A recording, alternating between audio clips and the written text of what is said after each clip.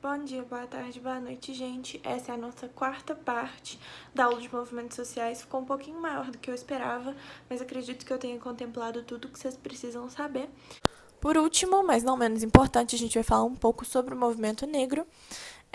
Ele busca os direitos civis da população negra e também a inclusão de pessoas negras dentro da sociedade.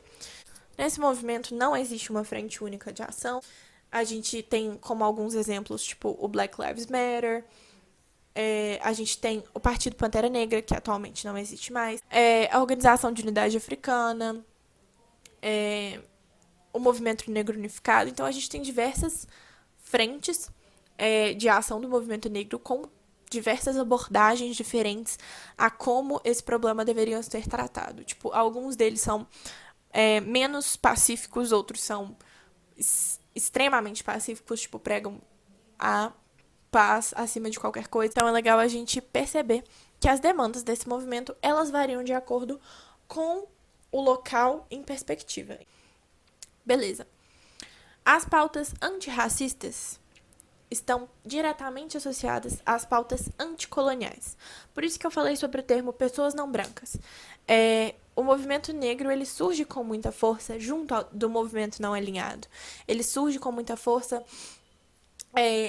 de falar sobre a questão racial junto de pessoas asiáticas, que também tinham sofrido um processo de colonização, junto de pessoas da América Latina, que também tinham sofrido um processo de exploração muito grande, um processo imperialista. Então, a frente do movimento negro está associada ali no seu início, atualmente nem tanto, né? Até porque já faz muito tempo que a gente, não muito tempo, mas já faz um tempo que a gente foi descolonizado, né?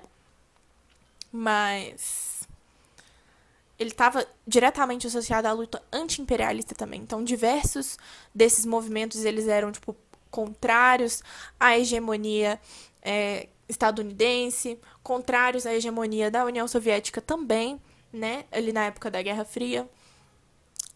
E surge com essa ideia anticolonial do movimento negro o panafricanismo, que é um sistema de união dos povos africanos a fim de minimizar problemas sociais, né? E o panafricanismo, ele não é referente apenas a países da África, mas aos povos africanos no mundo inteiro. Então, é tipo assim, vamos nos ajudar, porque aí a gente cresce juntos, a gente se fortalece juntos. Inclusive, isso também é uma perspectiva do feminismo, de algumas vertentes do feminismo, né? Que mulheres não conseguem se empoderar sozinhas, elas têm que se empoderar coletivamente, porque senão elas não estão mudando o sistema. O panafricanismo ele tem essa mesma ideia. Não adianta, tipo, o Barack Obama virar presidente enquanto ainda existem diversos George Floyds todos os dias, entendeu? Beleza. Na década de 1960, o movimento negro ganha força, como eu disse, porque surge ali, por exemplo, o Partido Pantera Negra, que foi um partido de grande expoência, eles lutaram pelos direitos civis ali nos Estados Unidos com muita força e eles influenciaram diversas outras pessoas ao redor do mundo todo, né? E a Organização de Unidade Africana, que atualmente é conhecida como União Africana. Vamos falar um pouquinho sobre o movimento negro no Brasil. Aqui, os quilombos eles são considerados a nossa primeira organização desse movimento, né?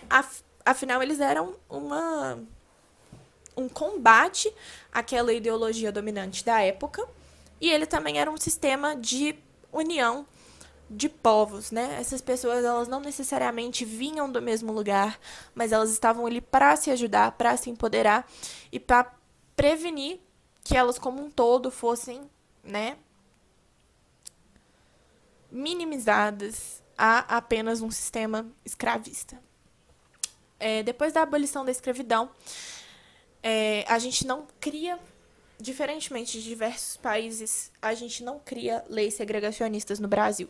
A gente não teve nenhuma lei que falasse, por exemplo, que pessoas brancas podiam ficar sentadas no ônibus e pessoas não brancas deviam ficar em pé. A gente não teve isso.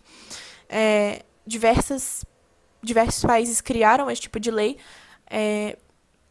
e foram. O movimento negro lá teve esse foco de inserção na sociedade do direito, mas a gente não teve.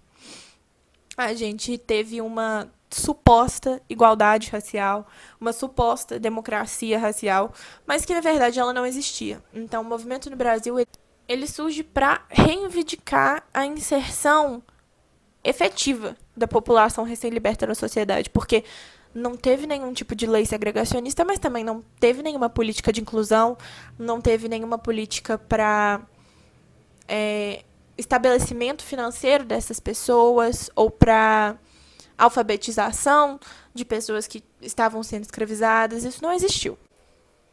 Ao longo do desenvolvimento da nossa república também não existiu, né? Atualmente, acredito que o mais próximo que a gente tenha disso são cotas raciais, né? Mas a gente vai falar sobre isso daqui a pouco. Em 1978, a gente observa o nascimento do Movimento Negro contra a Discriminação Racial. Em 1984, no estado de São Paulo, a gente tem o surgimento do Conselho da Participação da Comunidade Negra. E esse é o primeiro, grande marco de ação civilizatória, né, que a gente percebe, é uma ação que busca mesmo que a comunidade negra seja mais ativa nos seus direitos e deveres como cidadão, sabe? Isso não existia antes. Então, em 84 foi quando a gente observa isso pela primeira vez, ali, logo depois do final da ditadura. Em 1988, que é quando a gente tem uma nova Constituição sendo escrita, né? A Constituição que é chamada de Constituição Cidadã, que na aula sobre sociologia no Brasil a gente viu que ela é a primeira Constituição que realmente considera os direitos civis, né? Mesmo que eles fiquem só na Constituição e não sejam efetivados, né? Mas ela foi a primeira que contempla isso. Então, o movimento negro unificado ele começa a instigar o nosso Congresso, etc. e tal, e a nossa população também, a entender o racismo como crime. Então começa o processo de criminalização do racismo e ele só vai se concretizar em 1989. Em 2003, a gente tem a criação da Secretaria Especial da Promoção da Igualdade Racial e passa a ser obrigatório o ensino de história africana nas escolas, né? Porque se você for pensar, a gente aprende a história da Europa desde sempre, né? A gente tem como crianças a história de Roma, a história da Grécia, a história de todas as grandes civilizações da França, da Inglaterra, da Alemanha. A gente aprende a história estadunidense, mas a gente não aprende a história da África, a gente não aprende, que inclusive é uma das grandes matrizes demográficas do país, né? Se a gente for perceber, mais de 50% da nossa população é preta ou parda. Então, é um contingente de pessoas afrodescendentes muito grandes para a gente não ter consciência de onde que vem a nossa história, né? E a gente também não estuda a história da América Latina. Quando a gente estuda é muito pouco. A gente não estuda a história dos nossos povos nativos. Então, são todas coisas a ser consideradas, são debates interessantíssimos, né? Mas, ali em 2006, é criada a política de cotas, que é uma ação afirmativa que busca colocar no mesmo patamar de presença, né? Porque a questão da representatividade é importante, né? Para uma pessoa, vamos supor, para uma mulher é muito importante ver outra mulher na política. Para uma pessoa negra é muito importante ver uma outra pessoa negra na universidade. E a gente não tinha isso. Então, a gente cria essas ações afirmativas, que ela é uma tentativa de minimizar a disparidade étnico-racial dentro das nossas universidades, dentro do mercado de trabalho, etc. e tal. Essa política ela só é sancionada em 2012 e ela é válida até hoje. Existem muitas pessoas que são contrárias à política de cotas, que é uma coisa que eu realmente não entendo, porque ser contrário a uma coisa que minimiza o racismo significa que você é racista. Então, a política de cotas ela é fundamental para a estruturação da sociedade brasileira como uma sociedade mais igualitária, né? E é importante entender essa política. Acredito que a Isa vai dar uma aula sobre isso, ou já deu. Mas as cotas elas não existem apenas para fins raciais, elas existem para diversas outras coisas também. Existem cotas sociais, existem cotas que são raciais, mas que elas lidam com a população indígena. Então, assim, estudem a política de cotas, porque ela é importante e ela precisa ser mantida até que a gente observe essa mudança na tradição de classe dominante na universidade, porque a universidade pública não é só para quem tem dinheiro, a universidade pública é pública, ou seja, ela é para todos. Agora eu vou aqui citar alguns dos maiores líderes do ativismo negro. Existem muitos outros nomes que eu não pude colocar aqui, mas vou falar um pouquinho sobre esses que eu coloquei aqui. Primeiro que eu coloquei na foto é o Malcolm X. Ele foi o líder dos Panteras Negras e ele foi assassinado. Existe um documentário ótimo sobre ele na Netflix. Vou parar de recomendar as coisas, eu juro. O segundo é o Kwame Ture. Ele foi um estudioso que deu uns discursos ótimos também. Nessa mesma época ali, 1960, 1970. E ele, na verdade, ele foi para Gana, se eu não me engano, estudar um pouquinho sobre o pan-africanismo, estudar sobre a ação da pessoa negra dentro de uma sociedade, e depois ele volta para os Estados Unidos e ele começa a discursar sobre isso dentro da comunidade negra. No filme do Stan Lee, aquele Infiltrados na Clã, é numa palestra dele que eles estão no início do filme. O terceiro é o Martin Luther King. Como eu falei, ele é um dos maiores nomes do movimento negro. Ele foi um pastor que defendia a emancipação da pessoa negra dentro da sociedade e uma convivência pacífica, independentemente de raça e etnia. O termo raça não é o ideal, mas ele é utilizado, querendo ou não, né? Beleza. O quarto é o Nelson Mandela. Ele foi ativista durante a época do Apartheid na África do Sul e ele também foi presidente da África do Sul depois que a política do Apartheid aconteceu. O quinto é o Grande Zumbi dos Palmares. Ele foi um líder de um dos maiores quilombos que existiu aqui no Brasil. E ele foi responsável pela proteção e libertação de diversas pessoas que estavam sendo escravizadas naquela época. A sexta é a Rosa Parks. Ela ficou sentada no ônibus.